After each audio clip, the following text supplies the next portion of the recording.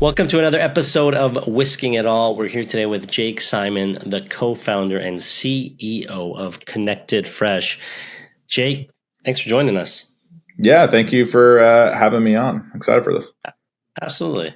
I'd love to start off with the origin story. So just to understand, what is ConnectedFresh and what sparked the idea into starting that company in the first place? Overall, ConnectedFresh is about taking sensor inputs and other inputs from around the restaurant or grocery or produce distribution or whatever it is, right? All under the umbrella of food service. And we're taking these inputs and being able to find inefficiencies or things that aren't working or things that are going to stop working in the restaurant and notify people so that they can fix the issue before it actually becomes a problem. So this will make a lot more sense once I go into my background, right? So my co-founder Tushar and I were working together at Deloitte Consulting. We were basically building their industrial IoT sensor platform, right? And capabilities, right? So we were going all around to customers from, Ford's F-150 line to food production plants and things like that, right? And really tying into those machines and processes to identify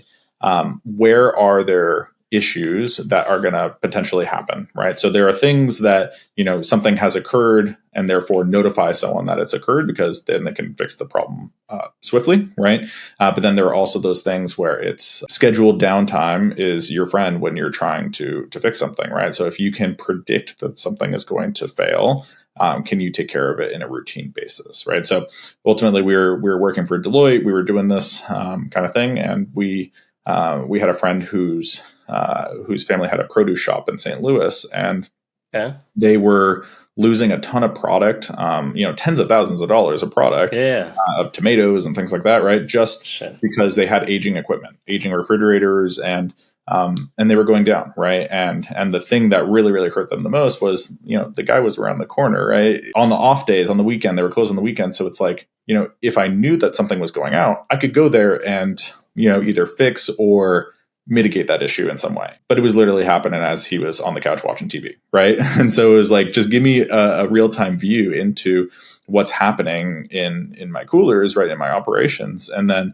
I have time to react to something, right? So that's where we started, and then started looking at these. Today most people are taking manual logs and literally going into a cooler every X amount of hours and writing the temperature down, right? And wow. It's not helping them in several ways. Well, one, the person who's actually doing it doesn't really want to be doing it. So not that we're paralyzed, but you'd see a lot of those temperature log lists and tomorrow's is filled out or yesterday's isn't filled out, right? So they're not the most trustworthy data inputs, but best case scenario, someone is taking it properly and something is over temp. It's up to that person to say, oh, this is over temp, I should go report this, right?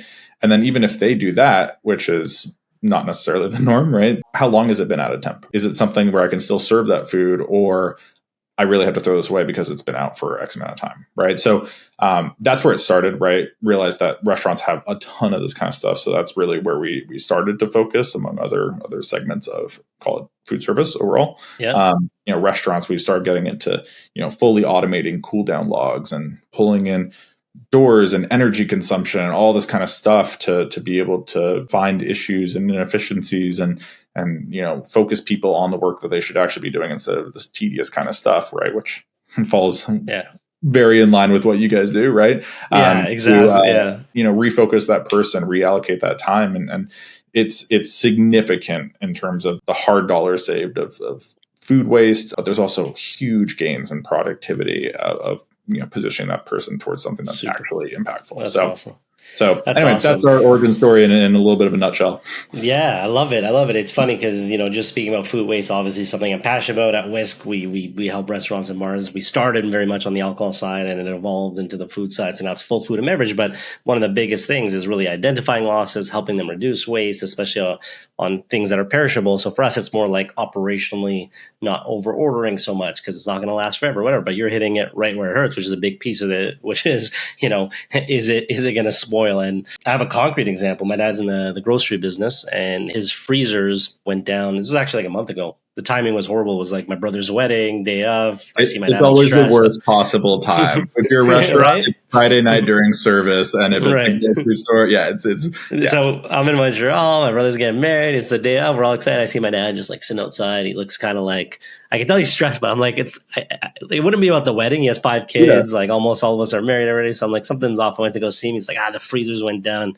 I'm like, how much inventory has gone bad? It was all the like frozen, like in the grocery store. So like the ice creams and the frozen foods or whatever, and the meat, he's like pretty much all of it. So it was like thousands of dollars. I don't know the exact number, but tens of thousands. And it made me think. So like just thinking about that, I'd love to ping you. I know there's things out there that maybe you could see what your temperature's at. But what I heard you saying, I'd love to explore a bit more is like, not just the reactive of like, oh, your freezer's down, but it sounds like a bit of the predictive side, if I understood correctly. So tell me a bit more about like, how can your sensors have helped, let's say someone like my dad's, to get a bit more, concrete. So he's got freezers in his store and obviously back store too. What would have happened, let's say in the best case scenario, if he was leveraging, ConnectedFresh? Let me start out by maybe giving some people who may not have a dad in the grocery business or who are doing this professionally, right, to understand like what we're talking about when we're talking about like how much can actually be lost in one cooler be going down, right? So we, just to use an exact example, right, we actually deployed to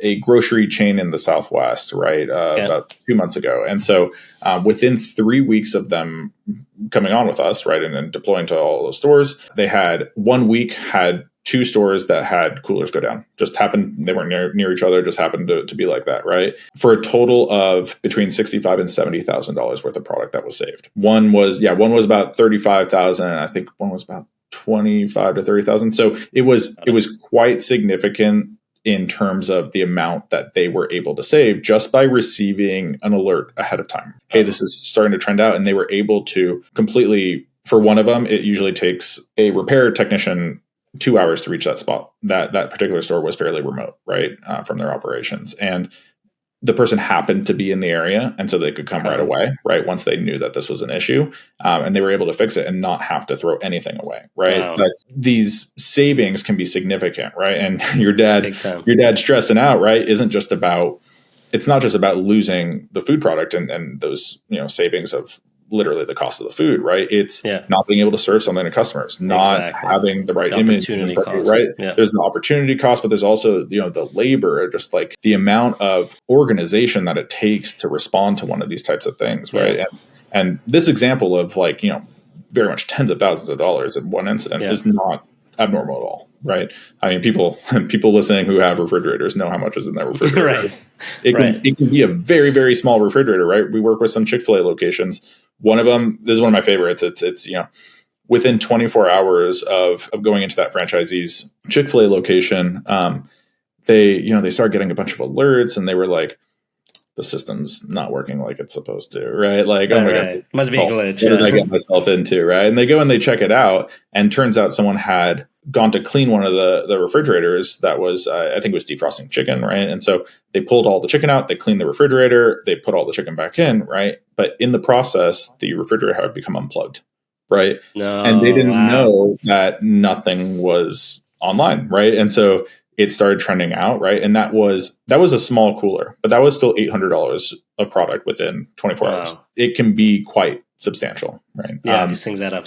Yeah, especially when you're talking produce and meats and like these things, quite expensive, right? Yeah, exactly. Not to mention, the chaos of doing it. So, but when we talk about, you had also asked about, were you asking about like how does it actually? Yeah, the idea would be like, let's say for our listeners, just to paint the picture, right? Like I'm using my dad as an example, just because it comes to mind. It was literally a month ago that this happened, but like just to kind of paint the picture, what would be the contrast of, let's say he was using you guys? So what would it look like? You guys go in, you implement, and then that day when that happened, what would have happened? So almost like restarting the story, but now they're using ConnectedFresh.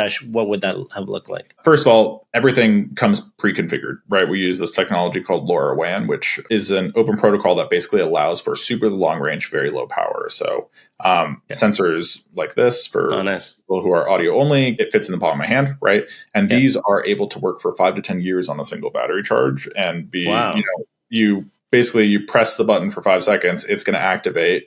Everything is already pre-configured for you. You just put it in the cooler, right? And so because it works off of that kind of hub and spoke model of, a gateway being able to send to a sensor or connect to a sensor, right? You can have tons of different sensors in an environment. And once you have the gateway, all you have to do is add a sensor, right? So if you start with temperature monitoring and then you want to do energy consumption or doors or leaks or, fill levels or anything like that, it's just a matter of adding different sensors and literally just turning them on. So that's so cool. That's the start of it, right? So one thing that you're getting at though is, the temperature monitoring overall is not incredibly unique, right? So like it's our least differentiated thing that we do, right? Temperature monitoring overall as like a IoT connected something has been around for decades, right? I mean it's come down dramatically in cost and effectiveness and things like that, or improved effectiveness, right? But overall, it's not a new technology, right? But there are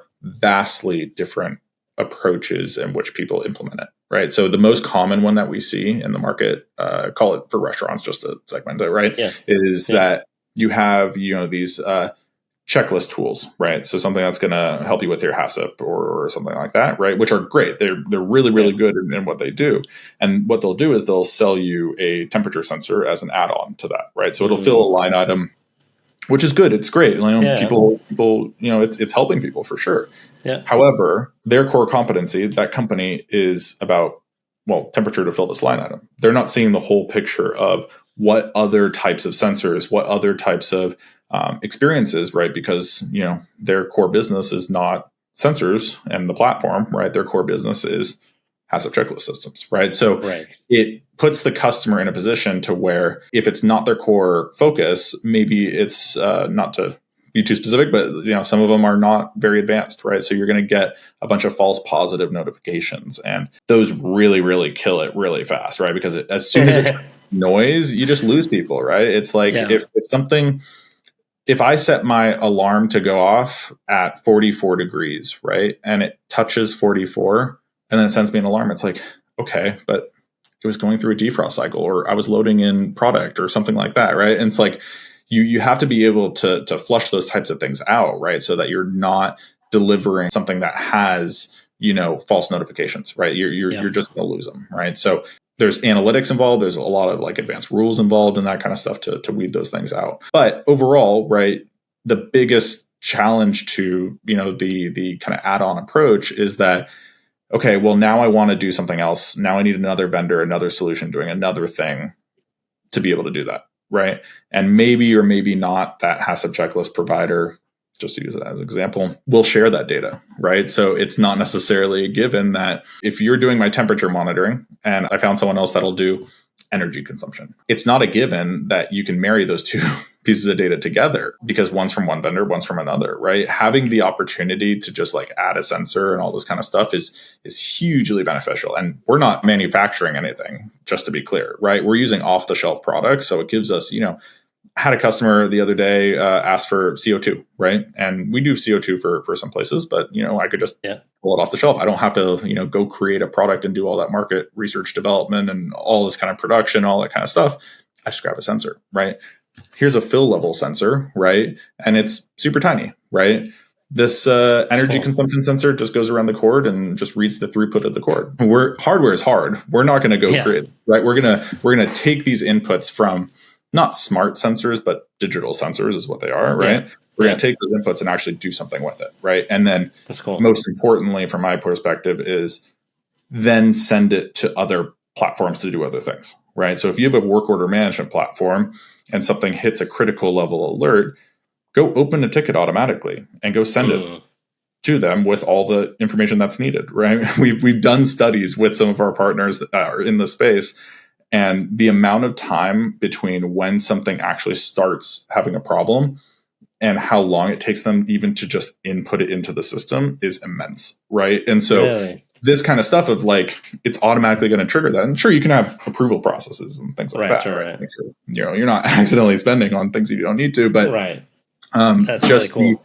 The automation component, that, corrective action systems, if you have something that's not cooling down to the right temp by the right time, it needs to have a corrective action to it, right? And so you can just send it to that system where people are already onboarded.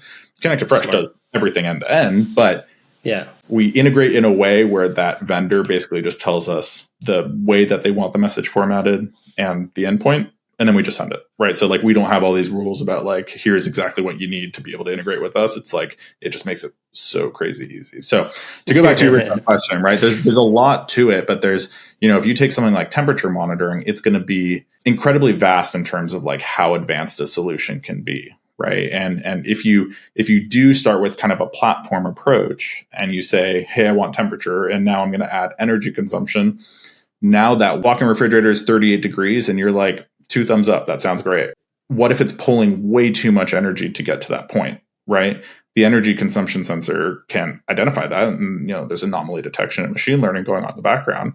So cool. Now okay, well, so something could be showing early failure, right, of that asset pulling more energy or doing more cycles or whatever it is, right? But it's also driving up your utility bill at the same time, right? So how can we prevent that kind of stuff and prevent the issue of, well, the temperature is not going up yet, but it's going to, right? And so that's a lot of the kind of stuff that can make a huge, massive difference, not only in just like saving product, but also, going back to your dad's example, he didn't want to be doing that at his kid's wedding, right? Yeah.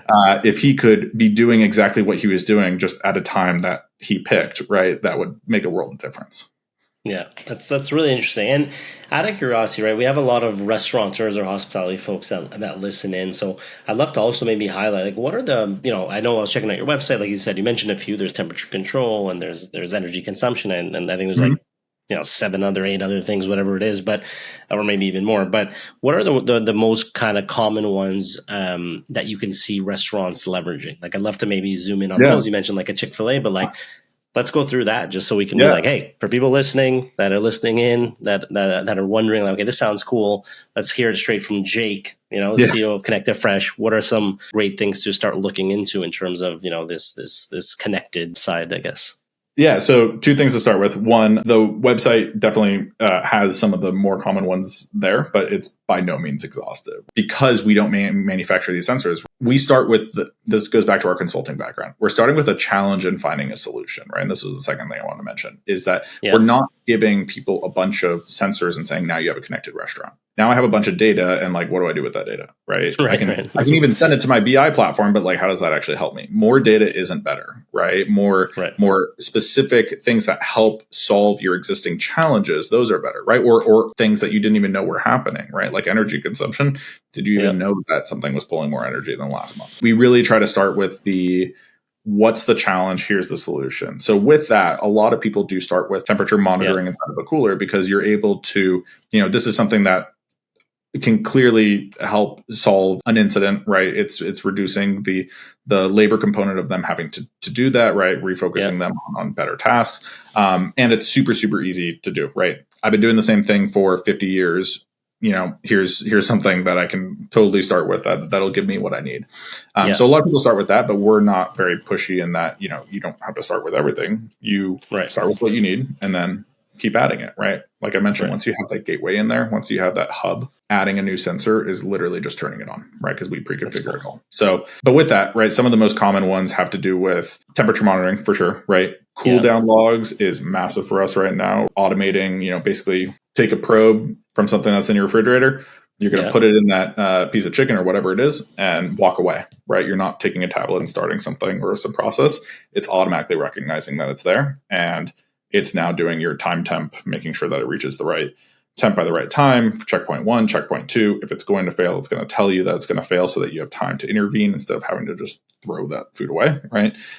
So that one is becoming massively, it's being adopted very quickly. That's one of our newer ones this year, and something that's hugely, hugely impactful.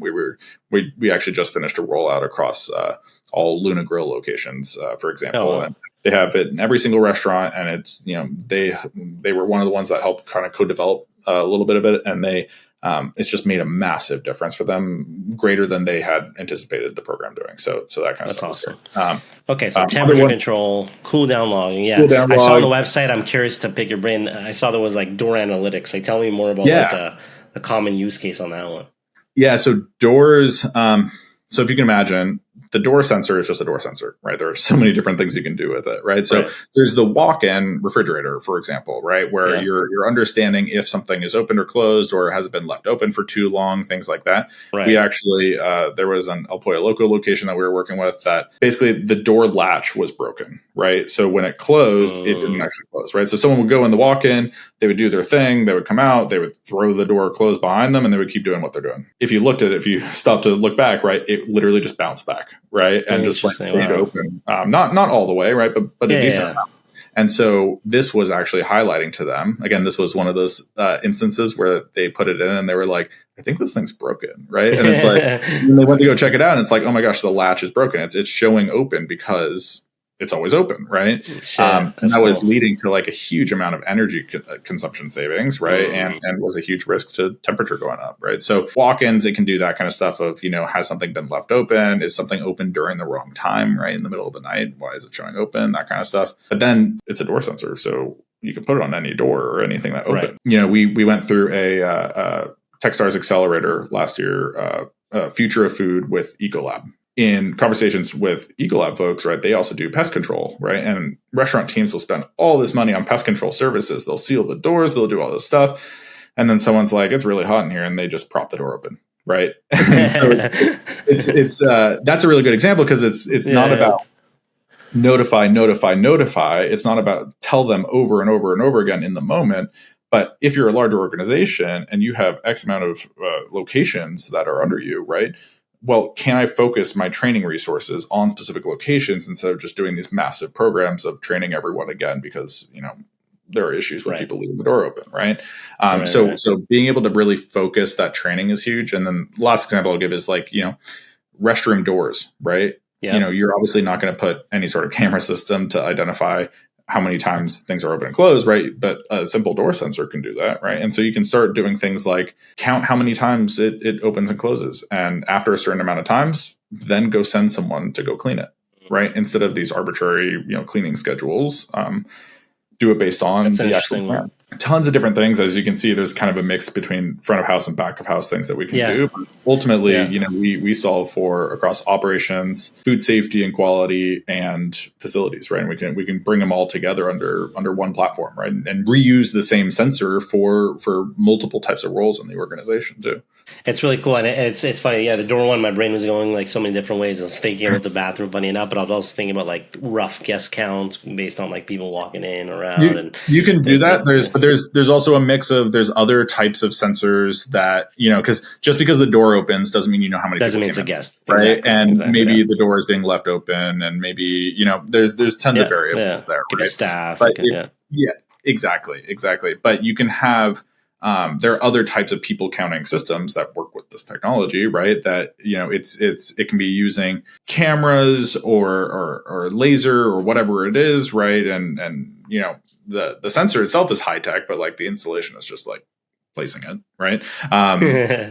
But it'll do things like it'll understand if someone came in versus out. Right. And if two people left at the same time, it knows that two people left and not just one person went through. Right. So that type of technology is certainly available for people counting. And then the last one that, has a ton of potential is things like fill levels. So like little tiny sensors, right, can understand, is something getting further and further away from it, and therefore it's dropping in terms of inventory or the trash can being full or things like that, right? Or is it getting closer up, or has it hit a certain point in which you need to trigger something? So there are locations doing the front of house for a QSR. You have these trash cans, and in surveys people have said one of the things that turns me off most from a restaurant is if I go to throw my stuff away and the trash can's overfilled, right? Really, really bad look, right? Yeah. And if that trash can is overfilled, right, you can get a notification and someone can go take care of it, right? And that's even more so done by we're working with a company that does like airport. They operate a lot of like travel destinations and airports and concepts within. They have trash cans that, sometimes they're in a parking lot or something like that, right? And they have to send someone out to go do that. Well, from a risk perspective, they don't want to keep sending that person out, right? But also they need to send someone out just to go check to see if it needs to be Right, filled. right. Literally If just they to just see. know, if they know exactly what they're doing, I mean, it turns into a safer environment. It turns into something that is more definable, right? And it's enhancing your operations, and to be honest, making that person's job even more impactful, right? So Yeah. for Cool. them and the business, yeah. That's cool. There's two I want to highlight. Just I'm curious because I'm thinking restaurants. So two that I saw on your website. One was the wine coolers. Tell me a bit about that one. Is that mainly temperature control, like, or what is that exactly? So it's temperature monitoring, certainly, right? But that same sensor that I was showcasing earlier that fits in the palm of your hand that does temperature, right? Yeah. It also has humidity, right? And so humidity starts being a larger thing, right? There were even some places during COVID, right? You had some restaurants that shut down, of course, right? Or close the doors, right? Maybe more fine dining, things like that. They had a wine cellar or whatever it was, right? Or a wine room. And they actually had, because the temperature would go up because they didn't have all their HVAC running, all this kind of stuff, right? They actually had bottles that started exploding, right? Because the temperature would go up and therefore the corks would become, dislodged and you would have just the natural process of that kind of stuff expanding, right? And so sure, that could be realized with temperature, but also humidity, right? And you start getting into humidity with wine, also with grain storage, right? We're doing projects around that kind of stuff of places that are holding product temporarily. Cigar rooms, rooms, humidors. Man, we were just talking to someone like a couple weeks ago about that. Yeah, so that's super cool. There's a lot of this kind of stuff, and if you can imagine, right, like these types of applications can be vastly different in what they're doing, but the actual insight itself doesn't necessarily change so much, right? And so that's what allows us to serve, we're focused on food service, but we also, do within food service, we're also doing warehouses, right? And it also translates to worker safety, right? Is this area too hot to be in for a worker, right? Or just tracking it over time. And, a warehouse versus a refrigerator, they're vastly different, right? And the use case is vastly different. But, the platform supports both, right? It's a temperature sensor that's giving you an insight or combining with a different type of sensor. So it's really quite versatile. And we definitely take that platform approach and say, we also just have the humility to realize that, like, we're not going to solve for everything. If you already have a piece of software that does something, we can just send that data, right? We're not going to be the end all be all. We're going to be, an open player that is able to put the data, it's your data. Where do you want it? Right. That's our mindset. That's really cool. And so let me ask you this. So, like, just to paint the picture of people listening, right, whether they're restaurants, hotels, et cetera, listening, and they're like, okay, this sounds good, right? We talked about wine room, temperature control, doors opening, closing. There was even leaks I saw on your website, detecting leaks, which is huge in restaurants and grocery stores too. What does the process look like? So guy like my dad comes see you. He's got a couple of grocery stores. He's like, hey, this sounds good. Like what's the process? You go in, you do an audit. Do they come with their main pain point and you focus on that? Like, I'd love to hear, just to kind of paint the picture for people listening. What does it look like from like, this sounds interesting, I want to learn more and see if this can help my business, to like, hey, we're getting you set up, and then like, here's a login, here's your dashboard. Like, love to kind of just see that what that looks like. For the most part, don't ever need to physically be on site, right? That's what allows us to also keep these costs low, right? And do that kind of thing, right? Because I mean, we were at Deloitte, and Deloitte is really, really good at what they do, but they're very, very expensive. And part of that is travel, right? And it's a huge, huge portion of that, right? So we're talking a few $100 to get a restaurant getting set up, right? In terms of hardware costs, right? It's not that much, right? But obviously, if you do site visits, if you do all this kind of stuff, there's a more effective way to do it, and that kind of remote mindset is something that we try to take in as much as we can.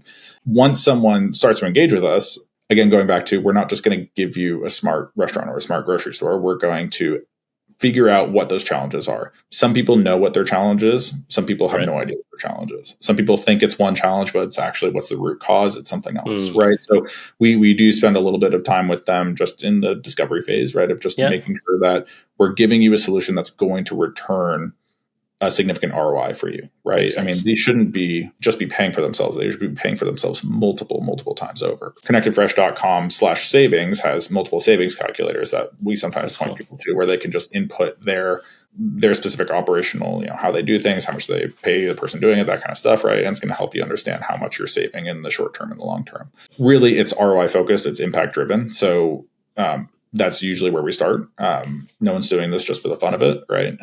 They're doing it because they want it to make a huge difference, and that's what we're focused on. But once they do that, right, we send them a couple of forms to fill out if we don't already know the information.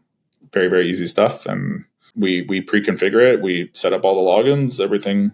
It's you get a bot 100% ready to go. So okay, that's what I was going to ask. Setup wise, is it daunting? Because people hear hardware. I know your ConnectedFresh is the software side, and you'll use any hardware you have to. But people listening to hardware, I don't want to. You picture installing a Google thermostat, what's called the Nest or something. So what does that look like? Is it something that once you send them the stuff, it's pretty easy to set up? It's like a couple hours of work or a day of work, or what does that look like?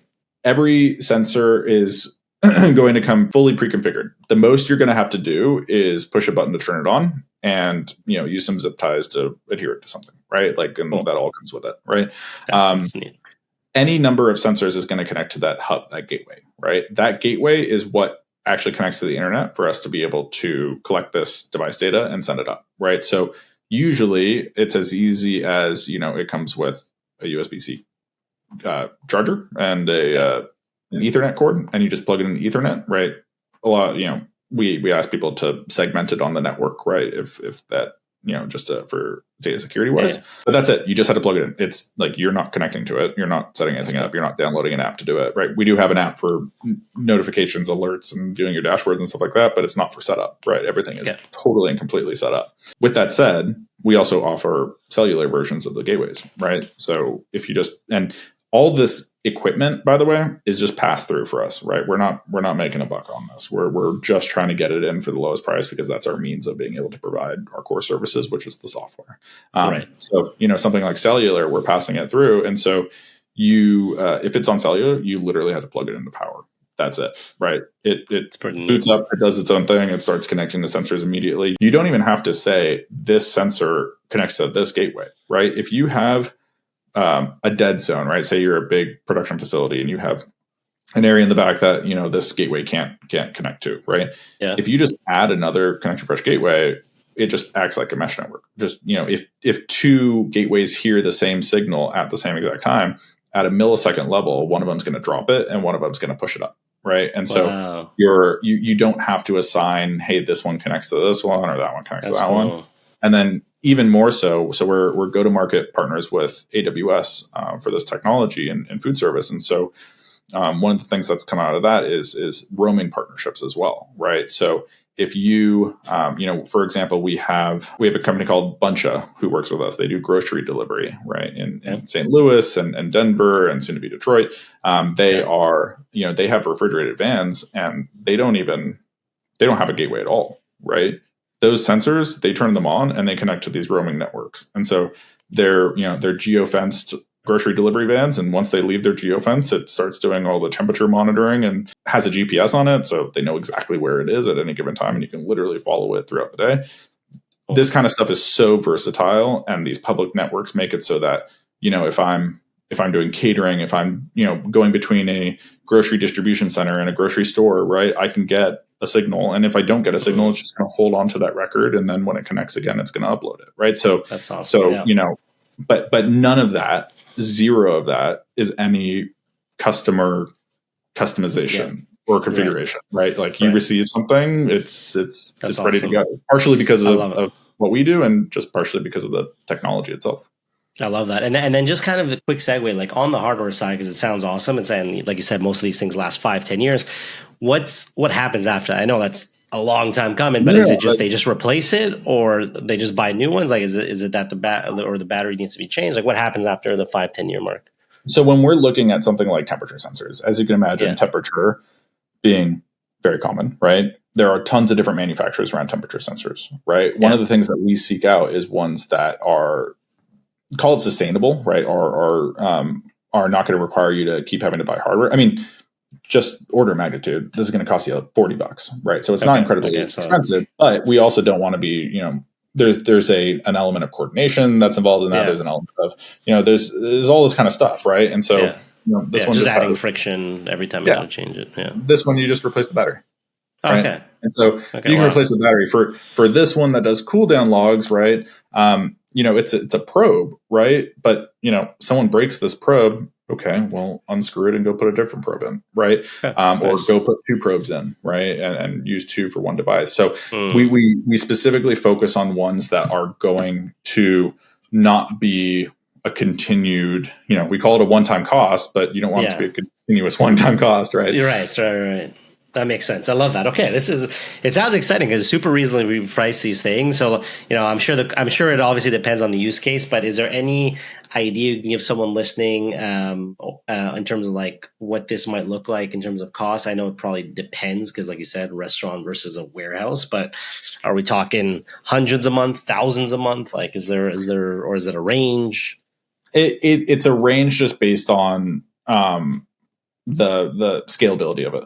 Right. So like if you were to come to us and say, hey, I want a temperature sensor and I want one of them, and we decide to help you out, right? It's like, okay, $12 per sensor per month. Right. Okay. That's the high of it. Right. Okay. And then it's going to come down from there. Right. If you have multiple locations, right, which everyone does, or most people do, right? The software becomes even more impactful because you log in and you see a map of all your locations. Exactly. You want someone at a different level, they log in and they just see their location, all this kind of stuff, right? Very cool. But they're paying. Sometimes it's based on sensors. If you have a lot of sensors in one area, sometimes it's just based on per location pricing, right? Because obviously we don't want to get it out of hand, and we don't want as much as we can. Like if you're trying to figure out like, does it actually make financial sense for me to cover this beverage cooler? It's like, cover the cooler, right? It's going to be, we're going to have caps per location for something. You don't want to sway someone not to do it. No, we want them to be getting this data and these insights more than anything else, right? And so we realize we have flexible methods in which we're able to do that. One big thing though is that we're not asking for super long-term contracts, right? It's if you're happy, we're happy, right? We've always kind of had the Netflix approach to things. Well, Netflix before it started kicking people out, but double pass debit. But it's per month, right? If you want to do annually, that's great, and we have discounts for that kind of stuff. But we're not asking for something. We're the same way. It's like if your product's good, don't handcuff people, right? And I'm a big fan of that. So that's really cool. So for people listening that want to find, as we kind of like slowly wrap up, number one, I want to give you a chance to just plug away, no pun intended, but basically like website, if you have any other resources, social, whatever you want to plug. And we'll also put it in the details and we'll add it in our newsletter. So don't worry too much, but just a chance for them to find you. So let's start there. Where could people find you, find ConnectedFresh, et cetera? LinkedIn is a great way to connect, ConnectedFresh.com, right? I'll maybe send over my calendar link, right? And anyone can book some time, right? Because my big ask is always, we would love to be able to help in terms of, getting you set up for something like temperature monitoring, for example, just to start with, right?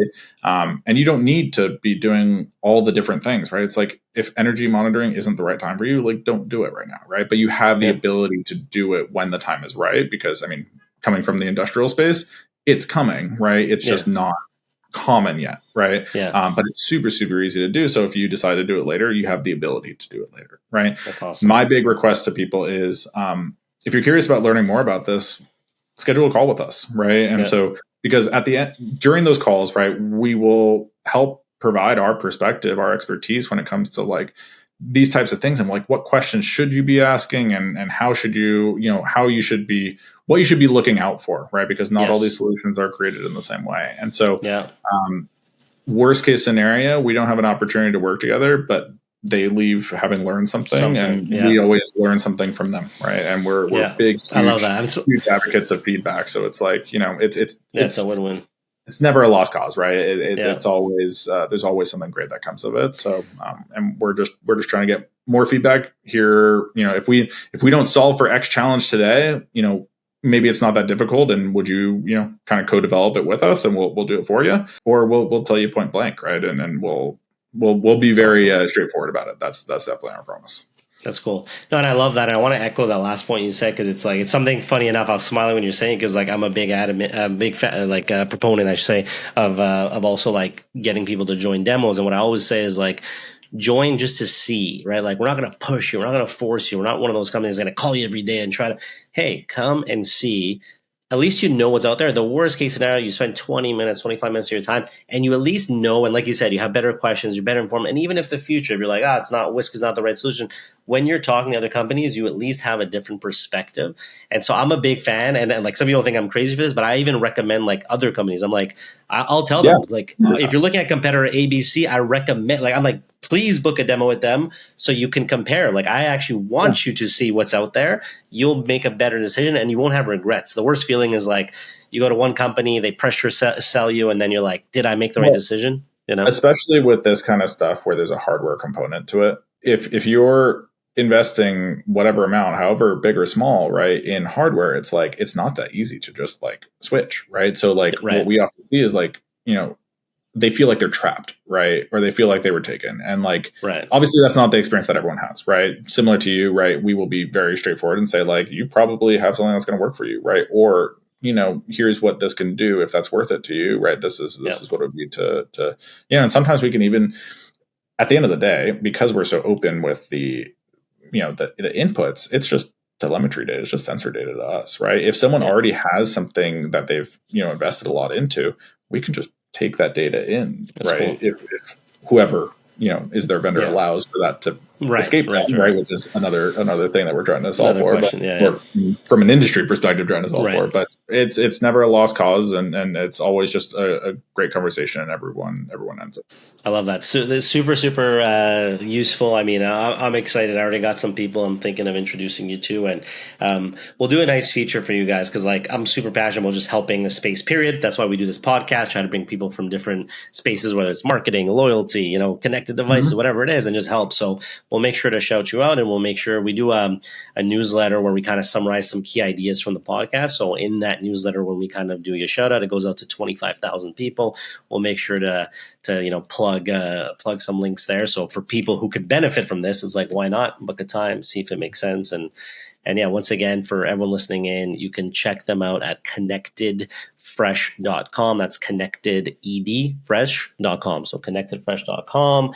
You could even go to ConnectedFresh.com / I think it's savings or savings calculator. I think it was just / savings. Either one. Either one will work.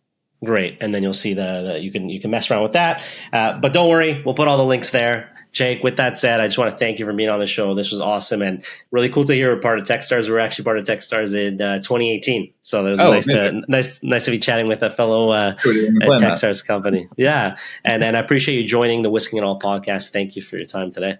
Thank you. And thank you for everyone listening in. Pleasure to be here. If you want to learn more about WISK, head to wisk.ai and book a demo.